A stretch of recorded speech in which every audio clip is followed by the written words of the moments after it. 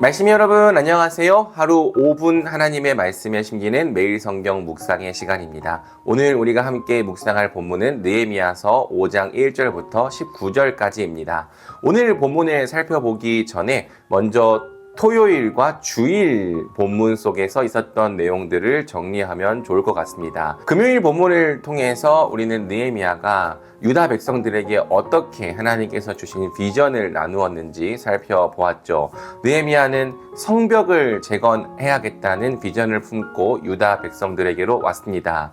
유다 백성들은 느헤미야가 비전을 나눌 때에 함께 동의하고 성벽을 재건해 나가기로 결단하죠. 이러한 결단이 토요일과 주일 본문 속에서 실천됩니다. 토요일 본문 속에서 유다 백성들은 각자 자신의 분량을 나누어서 성벽을 재건해 나갔습니다. 이 모습을 통해서 우리는 하나님의 교회를 세워나가는 일은 혼자 할 수 있는 것이 아니라 각자 맡겨진 분량을 충실하게 감당할 때 가능하다는 것을 알게 되는 거죠. 주일 본문에서는 원수들의 방해에 대응하는 모습을 우리에게 보여줍니다. 원수들의 거센 방해 때문에 유다 백성들의 사기는 꺾였습니다. 우리가 이 일을 끝까지 마치지 못할 것이라는 절망감에 빠져 있었죠. 하지만 느헤미야는 크고 두려우신 하나님을 기억하자고 말하면서 우리의 형제와 자매와 또 아내와 가족들을 위해서 함께 싸우자고 유다 백성들을 격려합니다. 이에 격려를 받은 유다 백성들은 동이 틀 때부터 별이 보이기까지 한 손으로는 무기를 잡고 한 손으로는 일을 하면서 맡겨진 성벽 재건을 계속 수행해 나가게 되죠. 자, 오늘 본문은 유다 백성들이 만나게 된 또 다른 위협을 우리에게 보여줍니다. 그것은 외부에 있었던 위협이 아니라 내부에 있었던 위협이죠. 어떤 위협이 유다 백성들을 절망하게 만들었을까요? 오늘도 우리가 순서를 좀 바꾸어서 문맥 정리 후 먼저 순종해야 될 명령을 찾은 다음에 하나님은 어떤 분이신지를 묵상하는 순서로 나아가 보겠습니다. 백성들 사이에서 유다인 동포들을 크게 원망하는 소리가 일어났습니다.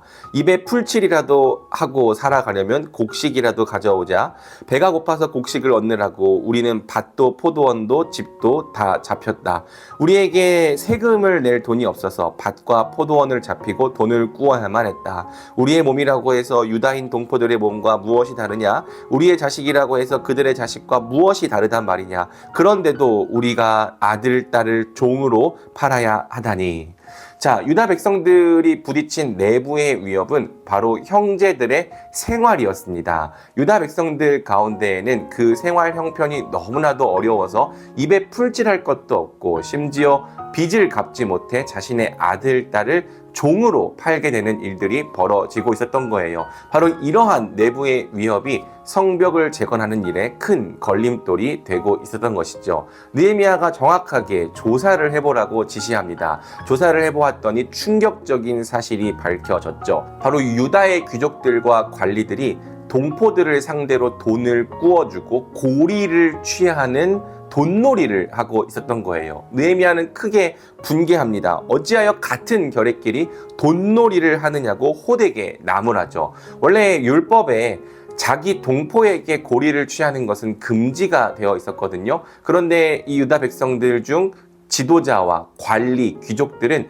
자신들의 배를 더욱더 불리고자 동포들의 고혈을 빨아먹고 있었던 것입니다. 느헤미야는 이렇게 호소합니다. 이방 사람들에게 팔려서 종이 된 유다인 동포를 애써 몸값을 주고 데려왔더니 당신들은 그들을 또 팔고 있다. 그러면서 이렇게 이야기를 하죠. 이방인 원수들에게 웃음거리가 되지 않으려거든 하나님을 두려워하면서 살아야 합니다. 제발 이제부터는 백성에게서 이자 받는 것을 그만둡시다. 그리고 그들에게서 빼앗았던 밭과 포도원과 올리브밭과 집을 오늘 당장 돌려주십시오. 다행히도 유다 백성들은 느헤미야의 말에 순종합니다. 바로 이렇게 느헤미야는 동포들이 맞닥뜨렸던 위기를 극복해낼 수 있었죠.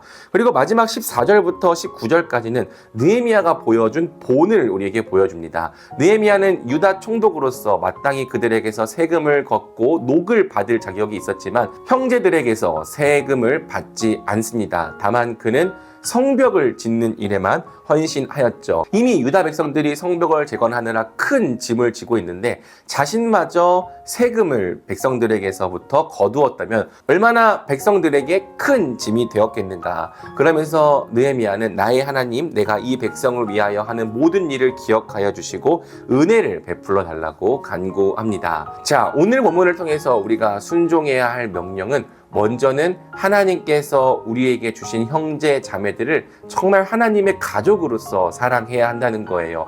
제가 추수감사주일에 선물의 신학이라는 제목으로 말씀을 나누었습니다. 교회는 거래 관계로 이루어진 공동체가 아닙니다.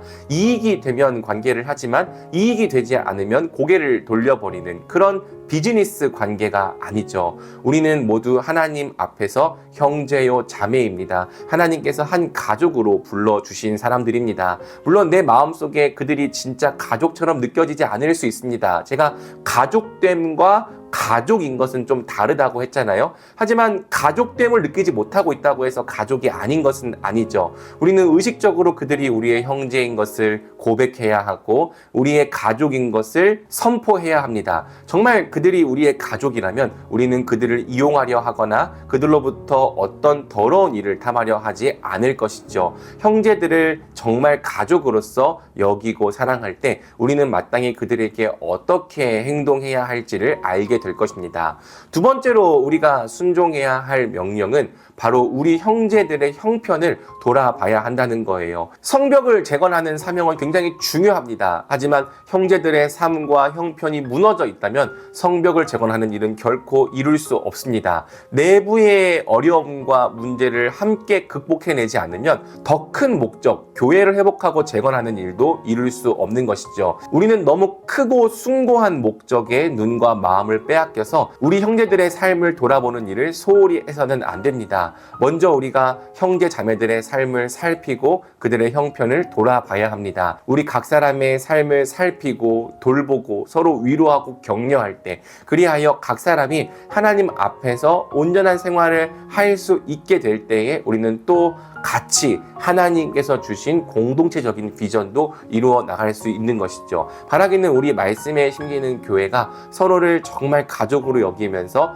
각자의 삶을 살피고 또 형편을 돌아보고 실제로 도울 수 있는 진정한 하나님 나라의 가족 공동체로 자라가게 되면 좋겠습니다. 오늘 우리가 본문에서 찾을 수 있는 하나님은 19절에 등장합니다. 나의 하나님, 내가 이 백성을 위하여 하는 모든 일을 기억하시고 은혜를 베풀어 주십시오. 우리 하나님은 어떤 분이십니까? 은혜를 베푸는 자에게 또한 은혜를 주시는 분이십니다. 우리 예수님께서 팔복에서 말씀하셨던 것처럼 긍휼을 베푸는 자를 긍휼히 여겨 주시는 분입니다. 만약 여러분들이 형제를 긍휼히 여기고 또 그들에게 값없이 은혜를 나누었다면 여러분 또한 하나님으로부터 값없이 은혜를 받을 것입니다. 여러분 또한 하나님께 긍휼히 여김을 받게 될 것입니다. 이것은 우리가 하나님께 은혜를 받고 긍휼히 여김을 받기 위해 어떤 조건이 필요하다는 것이 아니고요. 마땅히 그 사랑을 받은 자로서 그러한 삶을 살아가야 한다는 것이죠. 그리고 우리가 긍휼과 은혜를 나누는 삶을 살아간다면 또 하나님께서 우리를 내버려 두지 않으시고 반드시 우리를 채워주실 것이라는 거예요. 저와 여러분 모두에게 이러한 믿음이 굳게 있으면 좋겠습니다. 형제를 가족으로서 사랑하고 돌볼 때에 또 우리에게 맡겨진 사명도 함께 성취할 수 있으면 좋겠습니다. 오늘 이 말씀을 붙잡고 우리가 또 기도로 나아가겠습니다. 같이 기도할까요? 사랑해 주님 감사합니다. 우리가 너무 숭고하고 고귀한 목적에 사로잡혀서 형제의 형편과 삶을 잘 살피지 못하였을까 되돌아보게 됩니다. 주님, 먼저 형제들의 삶을 돌아보는 우리가 되게 하여 주시옵소서. 그들을 우리의 거래 상대로 비즈니스 관계로 여기는 것이 아니라 정말 그들을 우리의 가족으로서 여길 수 있는 마음을 우리 가운데 허락하여 주시옵소서. 성령께서 우리를 하나 되게 하여 주시옵소서. 그렇게 하나님께서 우리를 하나로 묶어 주실 때 우리 형제 자매들의 삶을 돌아보게 하여 주시옵소서. 나의 삶만 잘 살면 그만이 아니라 어려움을 당하고 있는 형제 자매들의 삶을 돌아보게 하여 주옵시고 그들을 격려하게 하여 주옵시고 그들을 위로하게 하여 주시옵소서. 때로는 우리에게 주어진 물질도 값없이 나누는 것을 통해 하나님의 몸이 고르게 하여 주옵시고 평탄하게 하여 주시옵소서. 우리가 서로를 돌보며 함께 사명에 동참할 때 결국 우리를 통하여 하나님의 뜻이 이루어짐을 보게 하여 주시옵소서. 또 긍휼히 여기는 자를 긍휼히 여겨주시는 하나님께서 우리를 긍휼히 여겨 주시옵소서. 우리에게 은혜를 베풀어 주시옵소서. 오늘 하루 동안에도 하나님께서 우리를 긍휼히 여겨주시는 은혜가 가득하기를 소원하며 이 모든 말씀 우리 주 예수 그리스도의 이름으로 기도드립니다. 아멘.